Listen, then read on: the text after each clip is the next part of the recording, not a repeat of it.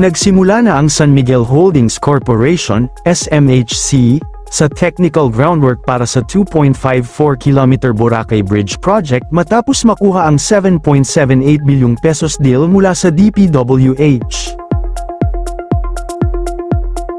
At bago natin ituloy, kung ikaw ay bago pa lang sa aking YouTube channel ay huwag kalimutan mag-subscribe at i-click na rin ang bell icon para lagi kang updated sa mga bago kong upload video. Ang San Miguel Holdings Corporation, SMHC, na ilalim ng San Miguel Corporation, SMC, ay opisyal ng ginawaran ng Department of Public Works and Highways, DPWH, ng kontrata para sa 7.78 billion pesos, Boracay Bridge Project noong March 30, 2026.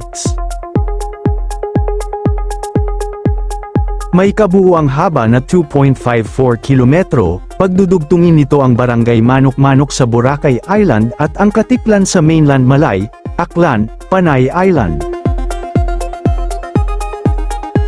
Ang tulay ay magkakaroon ng 2 lane, bangkita para sa mga pedestrian, at mga bike lane.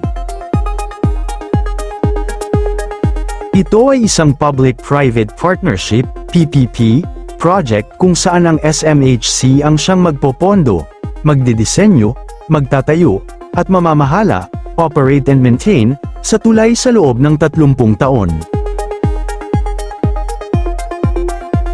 Inaasahang magsisimula ang operasyon nito sa taong 2030. Magkaroon ng daan papunta at paalis ng isla kahit masama ang panahon. Halimbawa tuwing may bagyo kung kailan sinususpinde ang mga bangka.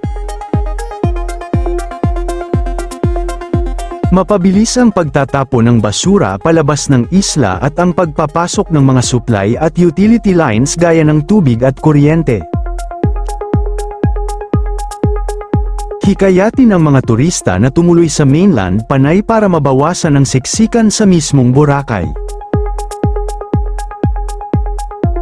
Patuloy ang pagtutol ng pamahalaang panlalawigan ng Aklan at ilang lokal na lider dahil sa pangambang masisira ang island feel at natural na ganda ng Boracay. Maraming boatmen at manggagawa sa pantalan ang natatakot na mawalan ng hanap buhay kapag naging operational na ang tulay. Nakuha ng SMC ang proyekto matapos itong isa lang sa Swiss Challenge, kung saan walang ibang kumpanya ang nagsumite ng mas magandang bid o humamon sa kanilang unsolicited proposal. Samantala, hindi pa masisimulan ngayong taon ang Second San Juanico Bridge. Ang budget ngayong taon ay nakalaan pa lamang para sa technical study. Sa kasalukuyang buwan ngayon, ang proposed Second San Juanico Bridge, SSJB, project ay nasa yugto ng pagbuo ng Detailed Engineering Design, DED, na inaasahang matatapos ngayong 2026, kasunod ang planong konstruksyon sa 2029. Ang target na lagdaan ng loan sa pagitan ng Japan International Cooperation Agency JICA at Department of Finance, DOF, nung nakaraang ng February. Ang proyekto ay popondohan ng 16.86 bilyong pesos loan mula sa JICA at 3.4 bilyong pesos counterpart ng gobyerno. Inaasahang magsisimula ang 15 buwang DED phase agad matapos ang loan signing at target itong matapos sa loob ng taong 2026. Ang aktwal na civil works ay inaasahang magsisimula sa 2028 o 2029 at tatagal ng humigit kumulang 30 hanggang 32 buwan, layo ng pamahalaan na matapos ang proyekto sa December 2030. May kabuuang haba na 2.6 kilometro, pagdurugtungin nito ang Barangay 105, San Isidro, Suhi, sa Tacloban City at Barangay San Juan sa Santa Rita, Samar.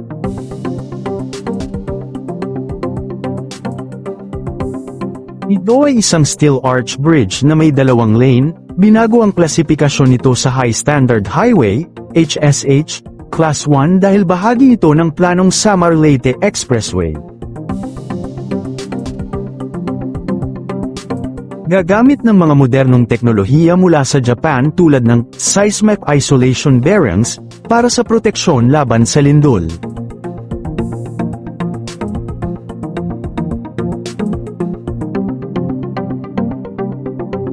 at Paint Life Extension Steel upang maiwasan ang mabilis na kalawang at mabawasan ang gasto sa maintenance at composite slab technology para sa mas mabilis na konstruksyon. Tinatayang nagkakahalaga ang proyekto ng 20.282 billion pesos na katanggap din ito ng 10 milyong pesos, alokasyon sa ilalim ng 2026 na National Expenditure Program para sa mga paunang gawain. Pangunahing layunin nito na ma-decongest ang lumang San Juanico Bridge, na kasalukuyang sumasailalim sa rehabilitasyon, target matapos sa Q3 2026, at may limitasyon sa bigat ng mga sasakyang dumadaan, inaasahang seserbisyohan ng bagong tulay ang mahigit 15,000 sasakyan kada araw. Inaasahang mapapabilis nito ang transportasyon ng mga produkto patungo sa Luzon at Mindanao, na magpapalakas sa turismo at lokal na negosyo sa Eastern Visayas. Layon din ito na solusyonan ang decongestion at magbigay ng mas ligtas at matibay na koneksyon sa pagitan ng Samar at Leyte, at bawasan ang bigat ng trapiko sa 52 taong gulang na San Juanico Bridge. Habang pinaplano ang ikalawang tulay, binuksan noong December 2025 ang lumang San Juanico Bridge sa mga sasakyang may bigat na hindi lalagpas sa 15 tonelada matapos ang partial rehabilitation, kung saan inaasahan ang full completion nito sa ikatlong quarter ng 2026. Ang Second San Juanico Bridge, SSJB, ay magsisilbing karagdagang koneksyon sa pagitan ng Samar at Leyte, partikular mula Tacloban City patungong Santa Rita, Samar. Ito ay naglalayong maging bahagi ng Samar-Leyte Expressway sa hinaharap, gamit ang steel arch design.